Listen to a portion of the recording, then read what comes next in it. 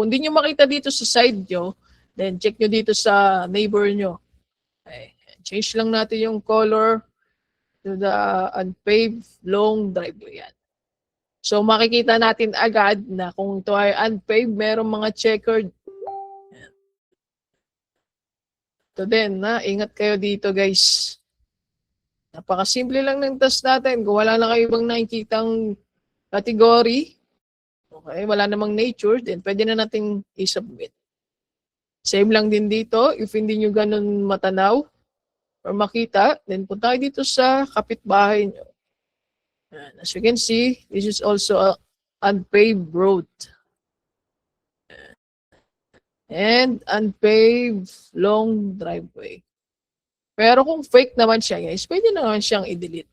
Okay. Pwede kayong mag-delete. So ito, unpaved long driveway.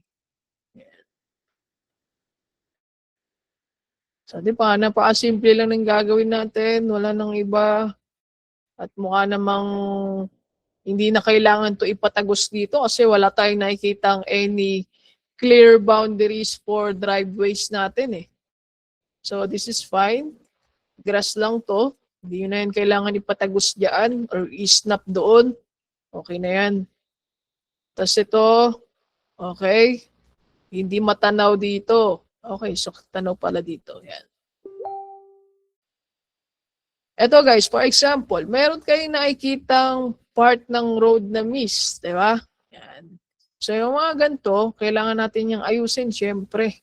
Kung hindi nyo ganun makita yung clear, pero try your best pa rin para makapture siya ng maayos. Hanap ka lang ng ibang side kung saan ka pwedeng mag-base dahil yung iba ay na-covered siya ng puno. Okay? Yan. Ito yung rule number 1, fix all obvious errors. And then yung number 2 naman, yung ginagawa natin kanina sa pag-change lang ng kulay. Pwede na natin siya masubmit. Okay, so ito, this is also unpaved. Yan. Change lang ng kulay. And then submit na siguro. No pala. Ito pa pala. Yan.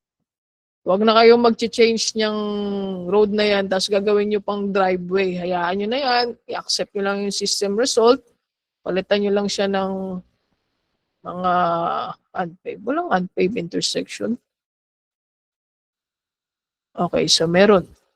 Yan. Unpaved road intersection.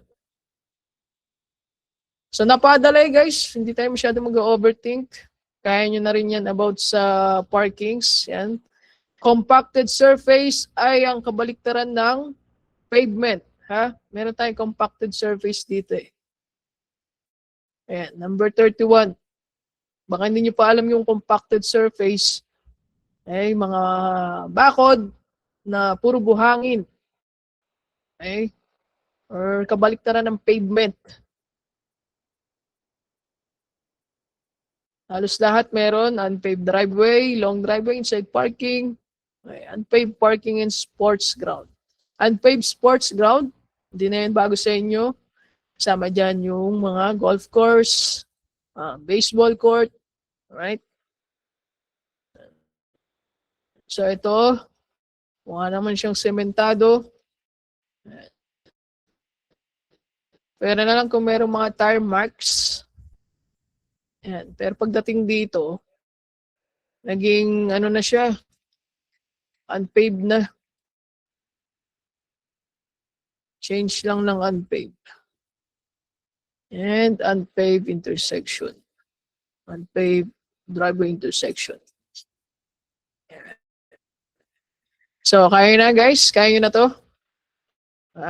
Pwede na tayo mag-start. Dito, cut nyo to.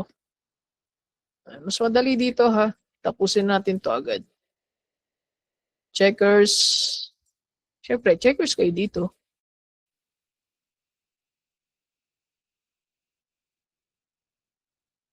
So, yun. This is so good. Ito kasi is water na to. Tapos natuyo na lang siya. Kung ito ay natag ng pavement, mukha namang reasonable. Tama naman siya. Then, hayaan nyo na. Huwag nyo siyang tanggalin.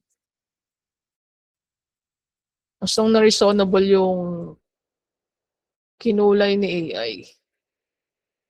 Ingat kayo dito ha. Ano. Tapos yung naging road dito kanina. Pwede natin ito i-submit. Okay, ganun lang kasimple ha. Walang attendance guys. Okay, last task. Yan, may tire marks. So, unpaved. Para hindi ka nalilito, lagyan lang ng pag may nakita yung tire marks, matic guys, unpaved. Ha? So, this tab is 4983. And I will open now. This is your top priority.